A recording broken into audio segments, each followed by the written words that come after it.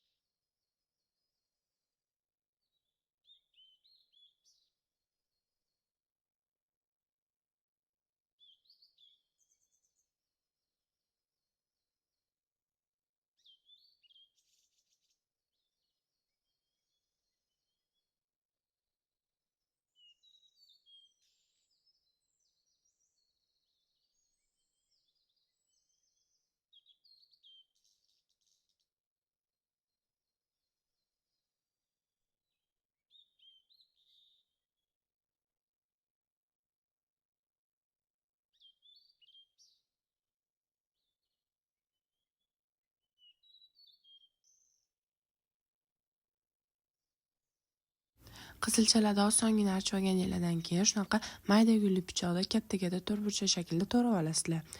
Xohlagan shaklingizda to'g'rasanglar bo'ladi.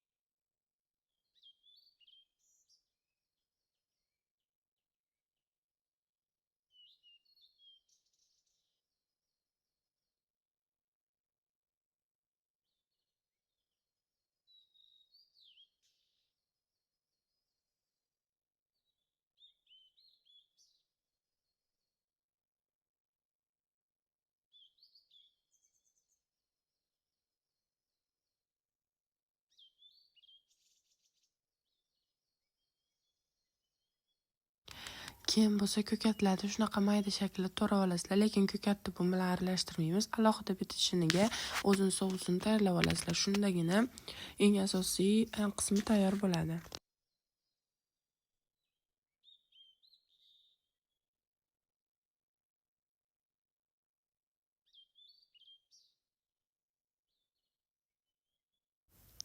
3-4 qoshiq zaytun yog'i qo'shasizlar. Keyin bo'lsa 2 dona chesnokni chesnok chiqargichdan chiqarib olasizlar mayda qilib.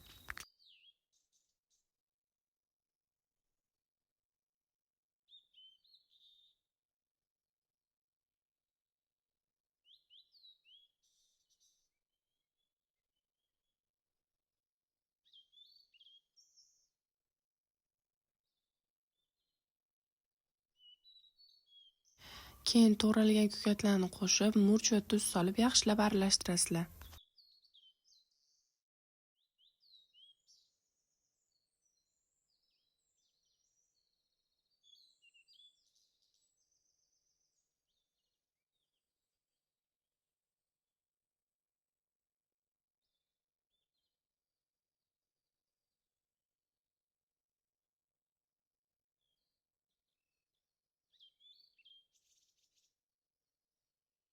To'g'ralgan qizilchalar ustiga shunaqa jo'xori qo'shib yuborasizlar.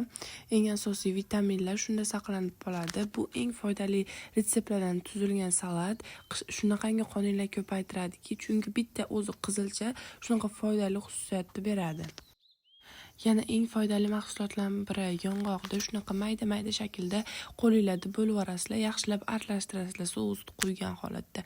Bu uchala mahsulot ham tayyorlangan sous ham eng foydali mahsulotlardan tayyor bo'lgan. Shuning uchun bu qonni ham ko'paytiradi, gemoglobininglarni bittada oshiradi. Yong'oqda o'zini har kuni bir donadan iste'mol qilsa, xotirani yaxshilaydi, miya faoliyatini yaxshilaydi. Shuning uchun bolalar uchun ham, hamma ayollar, yoshlar va qarilar uchun eng foydali salat deb hisoblasanglar bo'ladi. Yaxshilab aralashtirib tortsanglar bo'ladi.